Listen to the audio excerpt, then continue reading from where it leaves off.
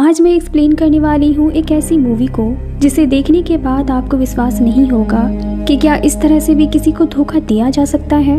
इस मूवी की एंडिंग देखने के बाद आपको एहसास होगा कि दुनिया के लोग कितने शातिर हो सकते हैं। इस मूवी की कहानी को अच्छे से समझने के लिए मूवी को अंत तक जरूर देखें और आप कमेंट में जरूर बताना कि आपको मूवी कैसी लगी। मूवी की शुरुआत होती है और हमें एक शादीशुदा जोड़ी को दिखाया जाता है। लड़के का नाम होता है यथार्थ सिन्हा और उसकी वाइफ का नाम होता है सांची सिन्हा।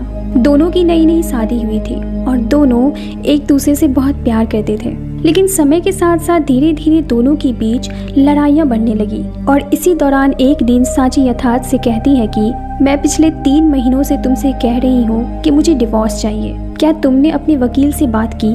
मैं यूके का वीजा लगवा चुकी हूँ और आज शाम तक मुझे जवाब चाहिए। यथार्थ कहता है ठीक है। अब यथार्थ अपने ऑफिस जाते वक्त साइकियाट्रिस्ट विद्या को कॉल करता है और उससे कहता है कि सांची ने रोज रोज का तमाशा बना रखा है, मैं थक चुका हूँ।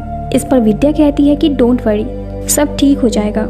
यथार्थ जैसे ही ऑफिस जाता है उसका बॉस उसे कहता है कि तुम्हें एक मीटिंग अटेंड करने के लिए सिंगापुर जाना होगा। यथार्थ मना कर देता है। वो कहता है कि मैं इस वक्त कहीं नहीं जा सकता क्योंकि मेरी वाइफ को मेरी जरूरत है। अब कुछ देर बाद खबर आती है कि 13 स्टूडेंट्स को बम से उड़ा के मार डालने वाला एक आतंकवादी जिसे फांसी की सजा सुनाई गई थी वो पुलिस की गिरफ्त से फरार हो चुका है। उस आतंकवादी का नाम हक गुल है और अब वो एक बिल्डिंग के फ्लैट को अपने कब्जे में ले चुका है। यथार्थ की नज़र जैसे ही इस न्यूज़ पर जाती है वो ये न्यूज़ देखकर काफी परेशान हो जाता है और जल्दी से अपनी कार लेकर अपने घर की ओर भागता है। रास्ते में वो अपनी वाइफ सांची को कॉल करता है लेकिन सांची कॉल रिसीव नहीं करती। अब यथार्थ विद्या को कॉल करता है और उससे कहता है कि तुम न्यूज़ खोलकर देखो। और विद्या जैसे ही न्यूज़ खोलकर देखती है वो भी इस न्यूज़ को देखकर काफी परेशान हो जाती है। अब यथार्थ जल्दी से गाड़ी चलाकर अपने बिल्डिंग के नीचे पहुंचता है और पुलिस वालों के पास जाकर उनसे कहता है कि जो आतंकवादी इस बिल्डिंग में घुसा है वो मेरे ही फ्लैट में है। अब एक पुलिस वाला यथार्थ को एसीपी हरिश्चंद्र के पास लेकर जाता है। एसीपी उस बिल्डिंग के वॉचमैन को पीट रहा था क्योंकि जिस वक्त वो आतंकवादी बिल्डिंग में घुसा था वो वॉचमैन अपने फोन में लगा हुआ था। यथार्थ को जैसे ही एसीपी के सामने लाया जाता है यथार्थ उनसे कहता है कि क्या मैं अपने घर जा सकता हूँ। इस पर वो एसीपी कहता है कि आप अभी वहाँ नहीं जा सकते। अब वो एसीपी यथार्थ को बिठाता है और उससे पूछता है कि तुम्हारे घर में कौन कौन है। यथार्थ कहता है कि मेरी वाइफ और एक हाउसमेट जो 24 घंटे हमारे साथ ही रहती है। इस पर वो एसीपी कहता है कि वॉचमैन ने बताया कि तुम्हारी मेड 1 घंटा पहले घर से बाहर गई थी और वो अभी तक वापस नहीं आई। ये सुनते ही यथार्थ एसीपी से कहता है कि फिर तो मेरी वाइफ घर में अकेली है, मुझे प्लीज उसके पास जाने दीजिए। इस पर एसीपी कहता है कि वो अकेली नहीं है, उसके साथ लश्कर का एक आतंकवादी है जिसके पास 9 mm की एक लोडेड गन है। अब हमें बिल्डिंग के अंदर का सीन दिखाया जाता है जहाँ वो आतंकवादी सांची को एक जोर का थप्पड़ मारता है और उससे कहता है कि उठो और मेरे लिए पानी लेकर आओ। अब वो आतंकवादी जिसका नाम गुल है वो खिड़की के पास आता है और एसीपी से कहता है कि अगर तुम लोगों ने होशियारी करने की कोशिश की तो एक और बेकसूर की जान चली जाएगी। इस पर एसीपी कहता है कि शराफत से आकर वैन में बैठ जा, वरना अगर हम लोग ऊपर आ गए तो तू यहाँ से मुर्दा करके वैन में जाएगा। अब गुल गुस्से में आकर सांची को पकड़कर खिड़की के पास लाता है और एसीपी से कहता है कि फांसी की सजा तो मिली है मुझे, अगर मैं एक और को मार दूं तो वो सजा बदलेगी नहीं। और अब वो कहता है कि मेरे साथ ही जिब्रान को यहाँ लाओ, तुम लोगों के पास 1 घंटे का समय है। एसीपी गुल से कहता है कि जिब्रान पिछले 6 महीने से फरार है। इस पर गुल कहता है कि तुम लोग मुझसे झूठ मत बोलो, तुम लोगों ने उसे छुपा कर रखा है, इसलिए जल्द से जल्द उसे यहाँ लेकर आओ। ये सब देखकर यथार्थ एसीपी से कहता है कि आप जिब्रान को यहाँ लेकर आइए। एसीपी काफी गुस्से में था। वो एक हवलदार से कहता है कि इसे ले जाकर अंदर बिठाओ, दिमाग की माँ बहन कर रखी है इसने। और कुछ देर बाद एसीपी यथार्थ के पास जाता है और उससे कहता है कि वो दिलजले फिल्म का अजय देवगन नहीं है जिससे प्यार से बात करूंगा तो वो मान जाएगा और सरेंडर कर देगा। वो असली का आतंकवादी है। उधर फ्लैट के अंदर गुल सांची से कहता है कि मुझे देख क्या रही है, मेरे हाथ में AK-47 नहीं है लेकिन इसकी एक गोली भी तुम्हारे लिए काफी है। सांची गुल से कहती है कि अगर तुम मुझे मार सकते हो तो मार दो, चाहे पहले इन लोगों से तुम अपना काम करा लो फिर मुझे मार देना। गुल कहता है मैडम क्या तुम मेरे आने का इंतजार कर रही थी? तुम मरने के लिए इतनी मरी क्यों जा रही हो? तुम्हें देखकर लगता नहीं है कि तुम्हारी बॉडी पर आज तक कोई खरोच भी आई हो। मौत की तकलीफ मालूम है तुम्हें? ये सुनते ही सांची गुल से कहती है कि मेरा पति मुझे रोज कई बार ये तकलीफ देता है, इसलिए तुम मुझे एक बार में मारकर इस तकलीफ से आजाद कर दो। उधर हमें यथार्थ को दिखाया जाता है, जो एसीपी से कहता है कि मुझे ऊपर जाने दीजिए, अगर मैं सही वक्त पर ऊपर नहीं गया तो उन दोनों की जान एक साथ जा सकती है।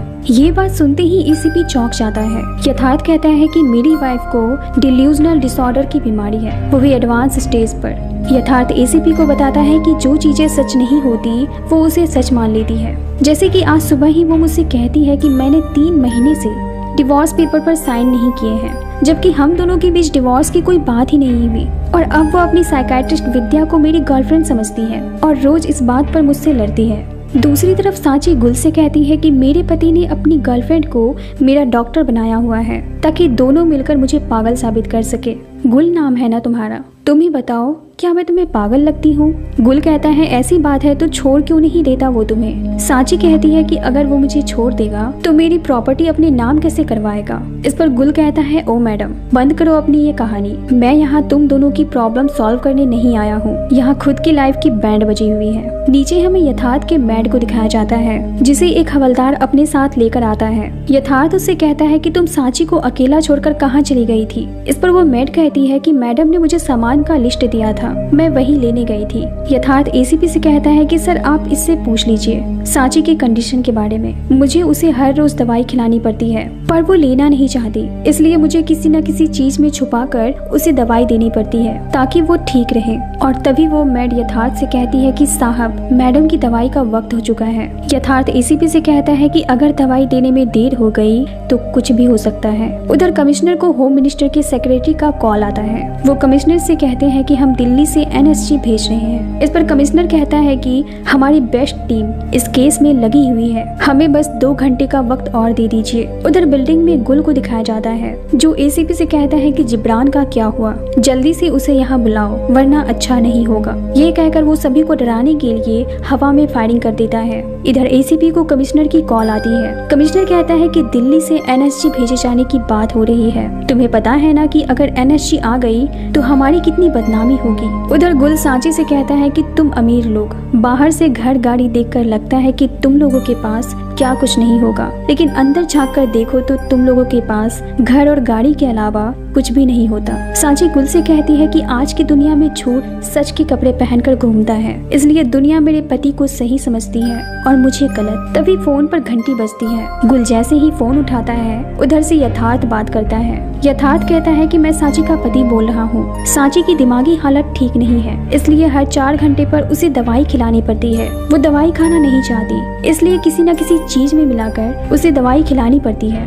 वो दवाई मैंने छुपाकर बाथरूम में स्विच बोर्ड के पीछे रखा हुआ है, प्लीज वो दवाई उसे खिला दो। अगर उसे टाइम पर दवाई नहीं दी गई तो वो ना सिर्फ खुद के लिए बल्कि हम सबके लिए खतरा बन सकती है। ये सब सुनने के बाद गुल यथार्थ से कहता है कि मुझे तुम लोग अपनी चाल में फंसाने की कोशिश मत करो, एसीपी से कहो कि वो जिब्रान को यहाँ लेकर आए, उसके बाद तुम अपनी बीवी को संभालते रहना। फोन रखते ही सांची गुल से कहती है कि यथार्थ ने वो गोलियां कहाँ छुपा कर रखी है, वो गोलियां मुझे ठीक करने के लिए नहीं बल्कि पागल करने के लिए खिलाता है, वो गोलियां खाते ही मैं पागलों की तरह हरकत करने लगती हूँ। इस पर गुल सांची से कहता है कि तुम्हारे शहर में इंसान नहीं बसते बल्कि सब के सब फरेबी हैं। सांची कहती है मैं फरेबी नहीं हूँ गुल, चाहे तो तुम मुझे आजमा कर देख लो। गुल कहता है जाओ जाकर चाय बनाओ 2 कप, क्योंकि तुमको भी वही पीना है जो तुम मुझे पिलाओगी। उधर यथार्थ एसीपी से कहता है कि जिब्रान कौन है, आप उसे यहाँ लेकर क्यों नहीं आते। इस पर एसीपी कहता है कि वो फरार है। यथार्थ कहता है कि मेरी बीवी को अगर टाइम पर दवाई नहीं दी गई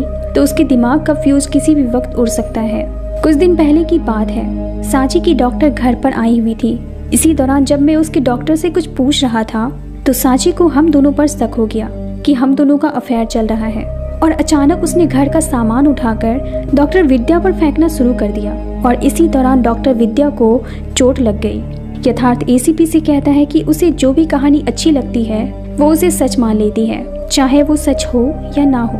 ये सब सुनने के बाद एसीपी कहता है कि अब तो मुझे ये समझ नहीं आ रहा है कि दोनों में से सबसे ज्यादा खतरनाक कौन है। उधर फ्लैट के अंदर सांची गुल से कहती है कि क्या मैं तुमसे एक सवाल पूछूं।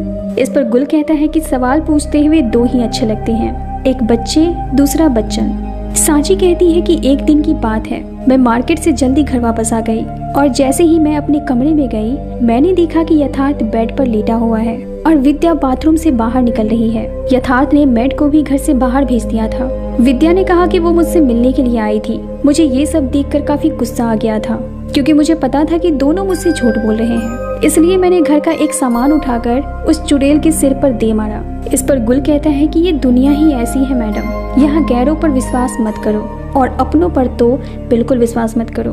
अब गुल बताता है कि कश्मीर में मेरा सगा चाचा रहता है। उन्होंने मुझे रहने और खाने को दिया। मैं उन्हें खुद के लिए फरिश्ता मानता था। एक दिन उन्होंने मुझसे कहा कि मुंबई में मैंने तुम्हारे लिए एक काम ढूंढा है और मैं इधर आ गया। चाचा ने मोहम्मद अली रोड के पास एक कमरा भी मुझे दिला दिया और 2 दोस्त भी। सब कुछ अच्छा चल रहा था। कुरियर का काम था, यहाँ से सामान उठाओ वहाँ पहुँचाओ और वहाँ से उठाओ तो कहीं और पहुँचाओ। मैं बहुत खुश था। रोज की तरह आज भी एक पार्सल मिला जिसे बॉयज हॉस्टल में जाकर देना था। उस पार्सल की डिलीवरी होने के 2 दिन बाद ही उस बॉयज हॉस्टल में एक ब्लास्ट हो गया। कुरियर मैं ले गया था, दस्तखत भी मेरे थे, तो आतंकवादी भी मैं ही हुआ ना। मेरे चाचा ने मुझे पहचानने से इनकार कर दिया। इसके बाद पुलिस ने मुझे मेरे दोस्तों के साथ अरेस्ट कर लिया और 20 दिनों तक पुलिस मुझे मारती रही। 21वें दिन मैं और मेरा सच दोनों जेल के कुएं में कैद हो गए। गुल की स्टोरी सुनने के बाद सांची को गुल पर दया आ जाती है। वो गुल की तरफ अट्रैक्ट भी होने लगती है। तभी गुल भागकर खिड़की के पास जाता है और एसीपी को चिल्लाकर कहता है कि मुझे जिब्रान के साथ साथ 50 लाख रुपए भी चाहिए। अगर सरकार को देने में कोई दिक्कत हो तो मैडम के हस्बैंड को बोल दो, लेकिन 2 घंटे के अंदर मुझे ये दोनों चीज चाहिए। ये सब सुनने के बाद यथार्थ एसीपी से कहता है कि गुल पैसे मांग रहा है, मतलब कि वो यहाँ से जाना चाहता है। सरकार अगर उसे पैसा नहीं देना चाहती तो मैं दे देता हूँ, कम से कम वो मेरी पत्नी को तो कोई नुकसान नहीं पहुँचाएगा।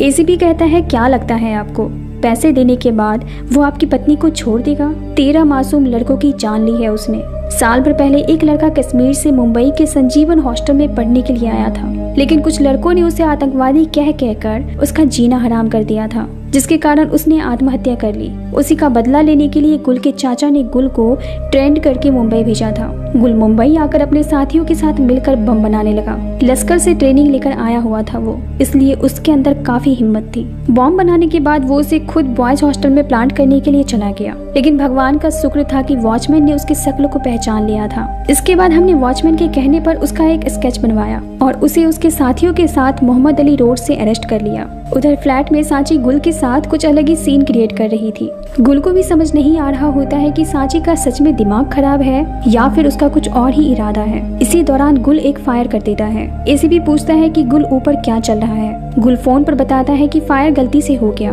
सब ठीक है। ऊपर गुल सांची से कहता है कि क्या मुझे एक पानी का गिलास मिलेगा। सांची जैसे ही पानी लाने के लिए किचन में जाती है, पीछे से गुल आ जाता है और सांची से कहता है कि क्या तुम मेरे साथ कश्मीर चलोगी। सांची कहती है हाँ चलो हम अभी चलते हैं, मेरे पास एक प्लान है। तुम खाली बंदूक मेरे सिर पर रखकर नीचे चलो। ये बात सिर्फ हम दोनों को पता होगी कि बंदूक में गोली नहीं है। सांची के कन्विंस करने पर गुल मान जाता है और अपनी बंदूक की सारी गोलियां निकाल देता है। फिर सांची के सिर पर गन तानकर वो उसे लेकर नीचे जाता है और एसीपी से कहता है कि किसी भी तरह की चालाकी मत करना, वरना मैडम की खोपड़ी यहीं खोल दूंगा। एसीपी कहता है कि जिब्रान और 50 लाख रुपए आने में कुछ वक्त बाकी है। गुल कहता है मुझे अब कुछ नहीं चाहिए, बस मैं मैडम को साथ लेकर यहाँ से जाना चाहता हूँ। मैडम की गाड़ी निकालो। तभी सांची कहती है कि इसका गन खाली है। ये कहकर सांची वहाँ से भागने की कोशिश करती है। अब इससे पहले कि पुलिस कुछ करती, गुल वहाँ का एक शीशा तोड़कर सांची की गर्दन पर रख देता है और उसे सबके सामने फिर से बिल्डिंग के अंदर लेकर चला जाता है। ये न्यूज सुनने के बाद होम मिनिस्टर फिर से कमिश्नर को कॉल करते हैं और कहते हैं कि दिल्ली से एनएसजी मुंबई के लिए अब निकलने वाली है। मैं अब और इंतजार नहीं कर सकता। कमिश्नर ये बात एसीपी को बताता है। यथार्थ एसीपी से कहता है कि सर आप लोग से कुछ नहीं हो पा रहा है तो मुझे बोलिए, मैं पैसों का इंतजाम कर लेता हूँ। वो मेरी पत्नी को मार डालेगा। और फ्रस्ट्रेशन में कहता है कि आप लोगों का इस केस के प्रति अप्रोच ही गलत है। आप लोगों को तो सर्कस ज्वाइन कर लेना चाहिए। वैसे आजकल सर्कस देखने कोई जाता तो नहीं, लेकिन तुम लोगों को देखने के लिए लोग जरूर आएंगे। इन दोनों के बीच हो रही लड़ाई को पुलिस वाले किसी तरह संभालते हैं। एसीपी यथार्थ को समझाते हुए कहता है कि हमारी अभी ऐसी नौबत नहीं आई है कि हमें उस आतंकवादी को पैसे देने पड़े, और कहता है कि मुझे ये समझ नहीं आ रहा है कि आखिर वो बंदूक खाली करके नीचे क्यों आया था, उसका प्लान क्या था। इस पर यथार्थ कहता है कि ये सब सांची का प्लान है। उसके मेंटल कंडीशन के बारे में मैं अच्छी तरह से जानता हूँ। वो दूसरों को कंट्रोल करने के लिए उसे खुद की तरफ अट्रैक्ट करती है। अभी ऊपर गुल सांची के साथ अकेला है, अब वो उसे अट्रैक्ट करेगी और कुछ भी करेगी सिचुएशन को अपने कंट्रोल में लेने के लिए। ऊपर गुल सांची को ले जाकर कुर्सी से बांध देता है और कहता है कि ये शहर तो जेल से भी ज्यादा खतरनाक है। पहले भरोसा टूटा, फिर हड्डी टूटी और अब दिल टूट गया। इधर एसीपी यथार्थ से कहता है कि सिचुएशन अब कंट्रोल से बाहर हो रहा है। इससे पहले कि एनएसजी आ जाए, आप पैसों का इंतजाम कर लो। यथार्थ कहता है ठीक है, लेकिन मुझे आपको एक बात बतानी है, पर मैंने सोचा नहीं था कि किसी अनजान को मैं ये बात बताऊंगा। वो ये कि सांची का किसी के साथ अफेयर चल रहा है। मुझे उसके बारे में नहीं पता। उसके चक्कर में आकर सांची ने बैंक का पासवर्ड और घर के लॉकर का पासवर्ड भी बदल दिया है। मुझे लगता है कि वो सब कुछ लेकर उसके साथ यहाँ से भागना चाहती है। ऊपर सांची गुल से कहती है कि तुम कौन हो और मेरे घर में क्या कर रहे हो, मेरे पति कहाँ हैं। ये सब सुनने के बाद गुल का दिमाग खराब हो जाता है। गुल उसके पास जाकर कहता है मुंह बंद कर, वरना सारी गोली तुम्हारी खोपड़ी में उतार दूंगा। तभी अचानक गुल को याद आता है कि उसके हस्बैंड ने उसे गोली देने के लिए कहा था ताकि उसका दिमाग ठीक रहे। अब वो बाथरूम में जाता है और स्विच बोर्ड के पीछे छुपाए हुए टैबलेट को निकालता है। फिर वो सांची से कहता है कि 2 कप चाय बनाओ। इसके बाद वो छुपाकर सांची की चाय में गोलियां मिला देता है। अब गुल सांची से कहता है कि मैंने तुम्हें गोलियां खिलाई है, अब तुम मुझे बताओ कि गोली खाने के पहले तुम ठीक थी या फिर गोली खाने के बाद तुम ठीक हो। याद करो, तुम मेरे साथ भागना चाहती थी क्योंकि तुम्हारा पति तुम्हें परेशान करता है। पर सांची कोई भी जवाब नहीं देती। अब गुल गुस्से में खिड़की के पास जाता है और एसीपी से कहता है कि अब मुझे जिब्रान नहीं चाहिए, बस पैसे और गाड़ी अभी के अभी यहाँ लेकर आओ। ये सब सुनने के बाद यथार्थ एसीपी से कहता है कि सर, ये हमारा आखिरी चांस है। अगर एनएसजी आ गया तो सारा कंट्रोल आपके हाथ से निकल जाएगा। एसीपी मान जाता है। अब यथार्थ जल्दी से पैसे अरेंज करने के लिए वहाँ से निकलता है। बैंक से वो 37 लाख रुपए निकालता है। बाकी बचे हुए पैसे वो अपने एक दोस्त से लेता है। ऊपर सांची गुल से कहती है कि मुझे भूख लगी है। गुल कहता है भूख लगी है तो बर्दाश्त करो। इस पर सांची कहती है खाना ना सही, कम से कम जूस तो पिला दो। गुल सांची की बात मान लेता है और उसे जूस पिलाने लगता है। मौका देखकर सांची फिर से गुल को अपनी ओर अट्रैक्ट करने लगती है और गुल से कहती है मेरे हाथ खोल दो क्योंकि मैं भी तुम्हें जूस पिलाना चाहती हूँ। अब सांची गुल को जूस पिलाने लगती है। गुल सांची के जाल में फिर से फंसने लगता है। इसी दौरान मौका देखकर सांची गुल के बंदूक की ओर अपना हाथ बढ़ाती है। गुल कहता है तुम फिर से मुझे बेवकूफ बनाने की कोशिश कर रही हो। इस पर सांची कहती है बेवकूफ तो हो तुम, उसके और यथार्थ के जैसे। गुल कहता है ये दूसरा कौन है। सांची कहती है कोई है जिसके साथ मैं यूके भाग जाना चाहती थी, लेकिन उससे पहले तुम आ गए और अब मैं तुम्हारे साथ यहाँ से भागना चाहती हूँ। नीचे यथार्थ पैसे लेकर आ चुका था। वो कहता है कि मैं ऊपर अकेला जाना चाहता हूँ। एसीपी उससे कहता है कि तुम ऊपर अकेले जाओगे, लेकिन तुम्हें मेरे इंस्ट्रक्शंस फॉलो करने पड़ेंगे।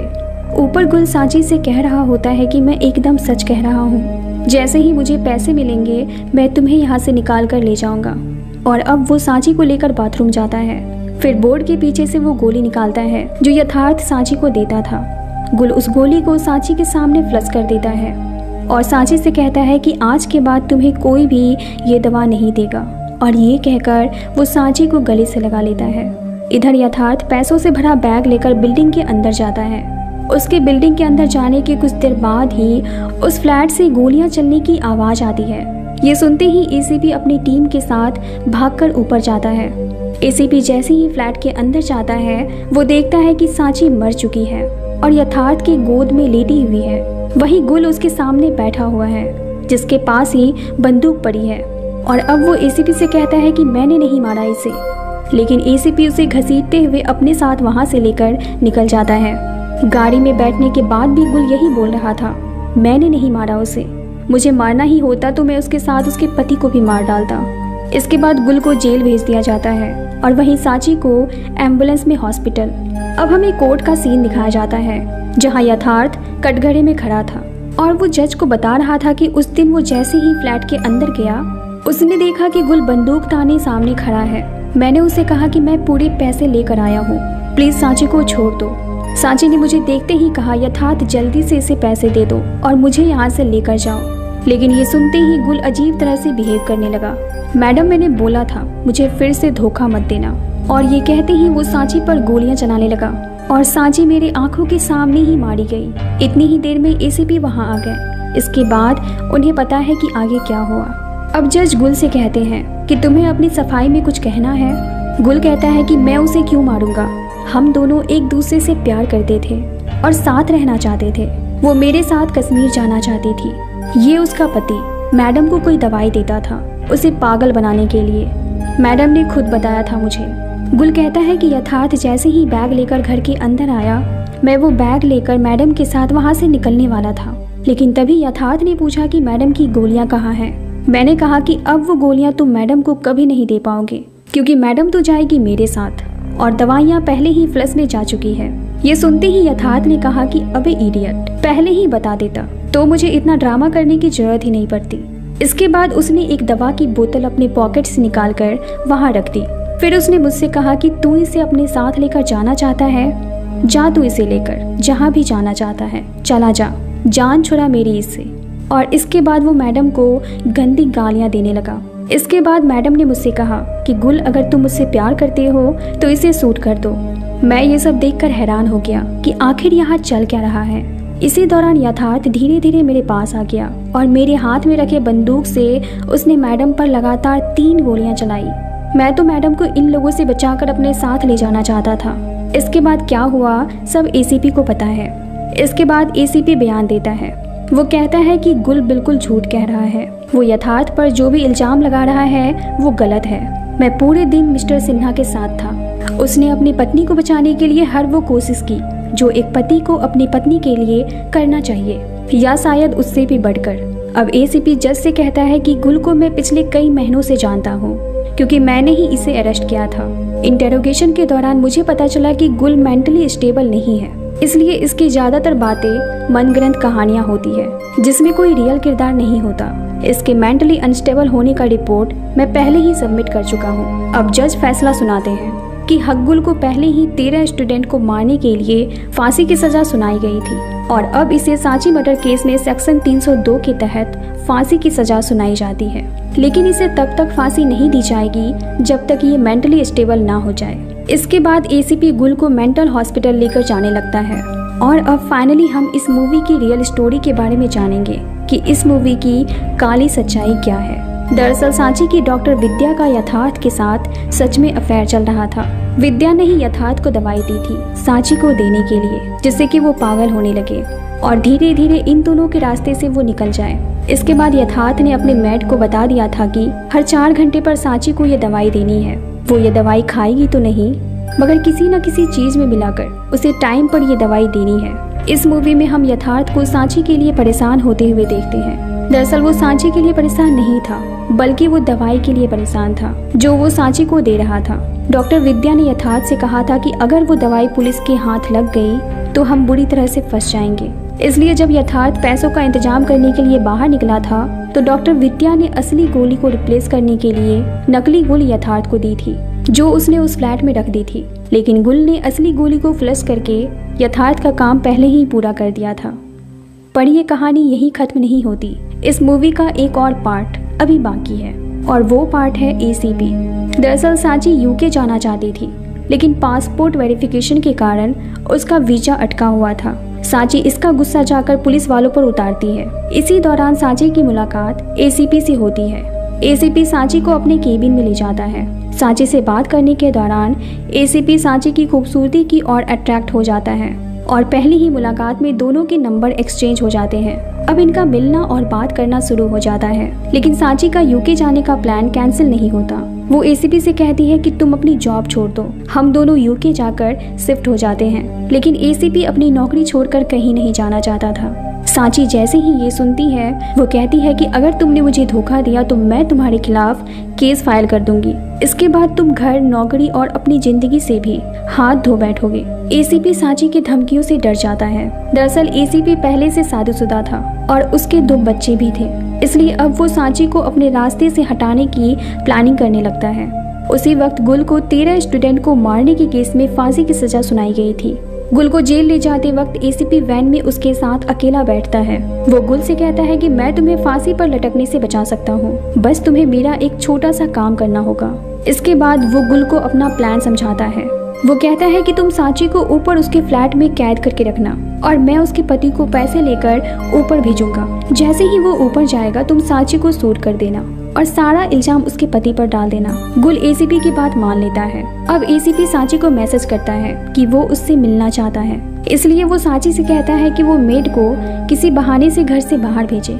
इसके बाद एसीपी गुल से कहता है कि वो उसे मारे और उसकी गन लेकर वहाँ से भाग जाए। गुल ऐसा ही करता है। वो एसीपी को मारकर उसकी गन लेकर वहाँ से भाग जाता है और इस तरह से एसीपी अपने प्लान को अंजाम देता है। आगे क्या होता है ये तो हमने मूवी में देख ही लिया। अब एसीपी गुल के पास जाता है और उसे कहता है कि मैंने अपना प्रॉमिस पूरा किया, तुम भी अपना प्रॉमिस याद रखना, क्योंकि जिब्रान पिछले 6 महीने से मेरे ही पास है और कहता है कि अगर तुमने कभी भी मुझे डबल क्रॉस करने की कोशिश भी की तो मैं उसे ठोक दूंगा। इसके बाद हमें पता चलता है कि गुल ने सांची को एसीपी की सारी सच्चाई बता दी थी कि एसीपी उसे मारने के लिए वहाँ भेजा है, पर गुल ने सांची से कहा था कि मैं तुम्हें मारूंगा नहीं बल्कि अपने साथ कश्मीर ले जाऊंगा, पर ऐसा कुछ भी नहीं हुआ। यहाँ सबसे बड़ा धोखा गुल के साथ हो गया। गुल ने कई बार एसीपी को बताने की कोशिश भी की कि उसने सांची को नहीं मारा बल्कि उसके पति ने उसे मारा है, पर एसीपी ने गुल की बातों पर बिल्कुल ध्यान नहीं दिया और अब गुल सच में पागल हो गया क्योंकि उसे हर जगह अब सांची दिखाई दे रही थी। गुल सांची से कहता है किया एक भी नहीं मगर मिल गई 14 खूनों की सजा, सभी झूठे आजाद और सच पागल खाने में कैद। तो आपको ये शानदार मूवी कैसी लगी? अगर अच्छी लगी तो कमेंट में जरूर बताना। Thank you.